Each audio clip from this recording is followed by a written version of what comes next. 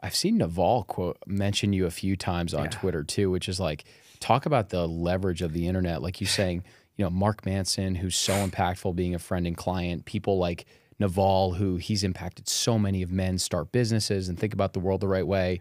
Just the fact that those people are in your sphere Yeah. from getting on Twitter. I think Twitter is the best. Here, and I say this, I think it's the best just like networking app that's ever existed.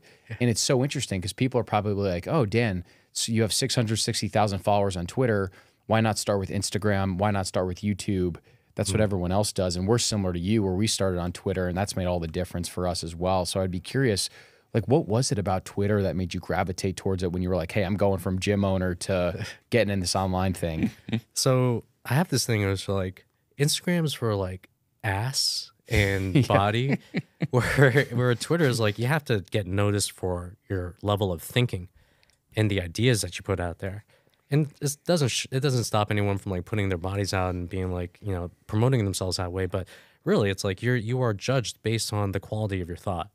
So when I first started on social media, I was thinking of like the highest leverage thing that I would want to do is get judged based on my idea, or not necessarily get judged based on my ideas, but at least put out myself through the quality of my ideas and thoughts rather than the quality of like what my body looks like.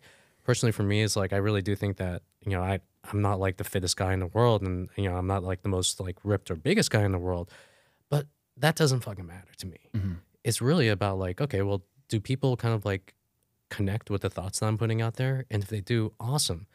And I always say this is like, if you can actually have people connect with your thoughts and your ideas, that's transferable to every single platform that's out there. Definitely. As opposed to like if you're on Instagram and you're putting out, half naked pics, and that's the reason why you're getting like all these followers and everything.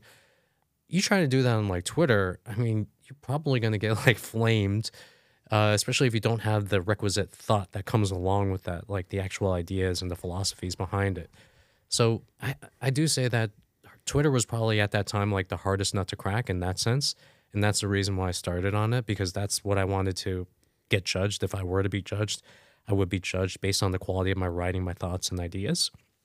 And then I do think that now it's turned into this kind of like split testing ground a little bit. It's like I put my thoughts out there, and these thoughts, it depends on like what people grab onto. They can be automatically transferred to Instagram, to LinkedIn, to even like YouTube.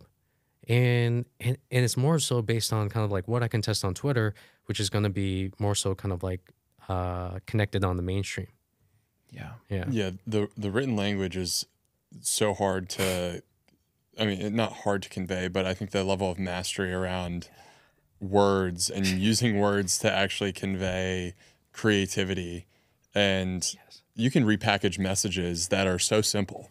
Like the amount of times that we've probably tweeted about meat in different ways that have gotten traction in very simple ways. Like there's one tweet that I put out. It was like, God food, good food. And it like, I forget the rest of it, but it was like very simple, but just like thought about in a way that made sense and was impactful, and it did well. And so I think to your point, it's like you can get a lot of these like bigger ideas just through having clear thinking and clear writing on Twitter. Yeah. Something that Twitter's taught me a lot is that simplicity wins in the end.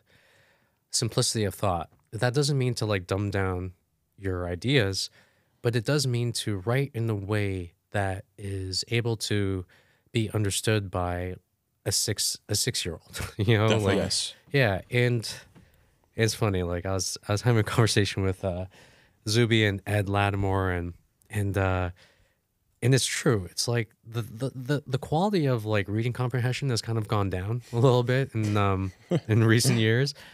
So we have to kind of like convey even like the most complex things that we can think about in ways that a lot of people can attach their kind of like perceptions to. And that's what I try to do on Twitter as much as possible. I try to stay away from like, super big words or super big vocabulary, even though I use it sometimes. But it's like, how can we take these complex ideas and really just like present them as like these simple thoughts?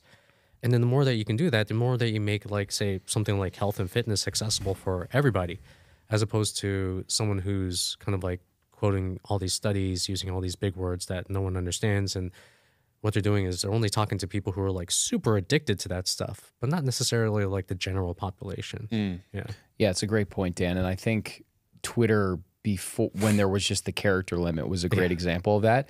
Because I remember like going to the drawing board, writing a draft of something where I'm like, this is really good, but it's like 50 characters over. All right, what kind of fluff can I pull out of here? How do I get this, trim it down? And then you pull out some words, you rephrase some sentences, and you're like, oh, this is actually the purest, most direct thing of what I'm thinking. And it's a great tool to actually make you become a better writer. And you're interesting because we were scrolling through your YouTube, and there's just something about video and speaking that just your authenticity is able to come through even more.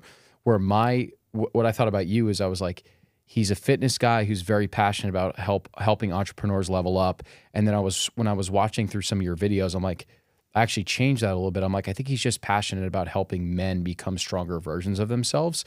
And there was a video you posted about like porn addiction and like your journey through that, which was like super relatable to some of the things that I'd experienced too. And it like, that's what video does, like gives you the ability to be super authentic, speak from the heart, right into a camera.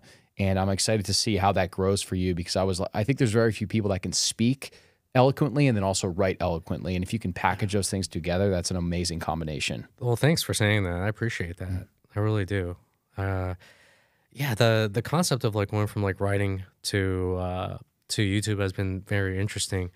But also it's like it's brought me back to, okay, so even things like giving up porn, giving up alcohol, these are things that have been very like personal to me. So it's easier to talk from an experience that I have had, and also the experiences that I've had also with like other clients as well. And I do think that my life as like a practitioner, being in this fitness industry for like 20 plus years, seeing thousands and thousands of clients, all of that has like culminated in kind of like, again, like taking these complex ideas and trying to understand like who is it that I'm actually talking to. I'm actually talking to two people. I'm talking to me probably 20 years in the past, and I'm also talking to the person who's like a complete beginner, a person who doesn't necessarily like work out, and a person who's kind of like just getting started, a person who has all these vices, all these things that are distracting them from the full potential that they have. It's funny that you say like the male thing is like my audience is like 84% male, and I do speak to females still, but at the same time, if I am being authentic, it's like I am talking to like who I was like 20 years ago. And I think that's where the authenticity comes from. And also it's easier to kind of like allow yourself to be vulnerable in that sense if it is coming from a personal place. And for me, it's like anytime that you're putting any content out into the sphere and into like the social media sphere, there is like a piece of you that you're bleeding out there into the world. So if you're okay with that, if I'm okay with that, then that's cool. And it's also understanding that